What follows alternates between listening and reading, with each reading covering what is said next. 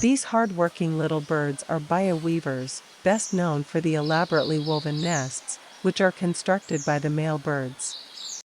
The male starts weaving the nest using long strips of grass. When he reaches halfway, the female pays a visit. If she likes the nest, she stays. If not, the male starts weaving a new one. Generally, the nests are built over or near a water body so that predators cannot reach easily. They are found across the Indian subcontinent and Southeast Asia.